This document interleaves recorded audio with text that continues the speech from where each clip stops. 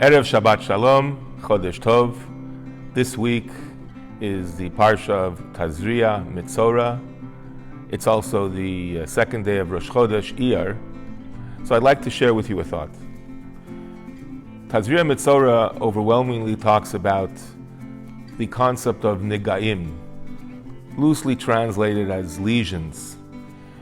When a person saw on the walls of his home, on his clothing, on himself, a type of lesion that the Torah describes at length, he would go to the Kohen, and the Kohen would guide him on what to do. The Rambam writes, if he got the message on the house, it's good. If not, it came on his clothing, and if not, it came on his body.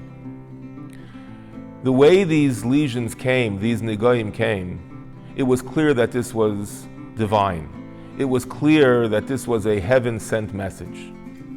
And therefore the Jew, took it to heart, and he rectified whatever he had to rectify. Our sages tell us that it came because of Lashon Hara, and therefore the antidote, because since he placed a barrier between him and other people, between other people and other people, so the antidote was to sit outside the camp alone, to realize what it means to be isolated.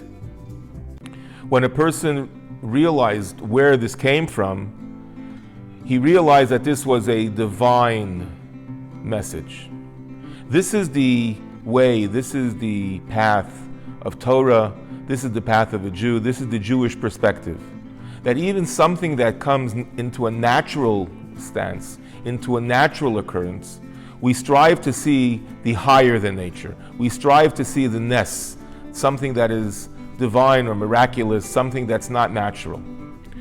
The non-Jewish, non-Torah perspective is to search even in the ness, even in the higher than nature, to search and say that it's only natural. So the message of this parsha is a very overwhelmingly telling message, especially for the time that we find ourselves now. That even something that we could say is natural occurrence, it happens, it's something that just is a result of certain natural tendencies, certain natural maladies. The Jewish Torah perspective, as brought out in this week's Parsha, is that we have to look deeper, and we have to find the supernatural. We have to find the godly message, and address that, and deal with that, and also accept that this is something that came from God. It's famous, the fact that in order, as we said before, in order that to determine whether the nega was something that is impure, we had to go to the Kohen. And the question is, why go to a Kohen? If it was a lesion, go to a doctor. If it's something that needs to be decided halachically, go to a rabbi. Why a Kohen? And the answer is because a Kohen was infused not only with knowledge, but also with love. The Kohen was able to guide the person and see beyond what the dry halacha tells him, to see what needs to be done and what could be done better. As I mentioned before, that we're also celebrating this Shabbat. Today, Friday, and tonight, Shabbat, Rosh Chodesh Iyar. The Kabbalah tells us that Nisan is the Isaruta de La'ela, an arousal from above.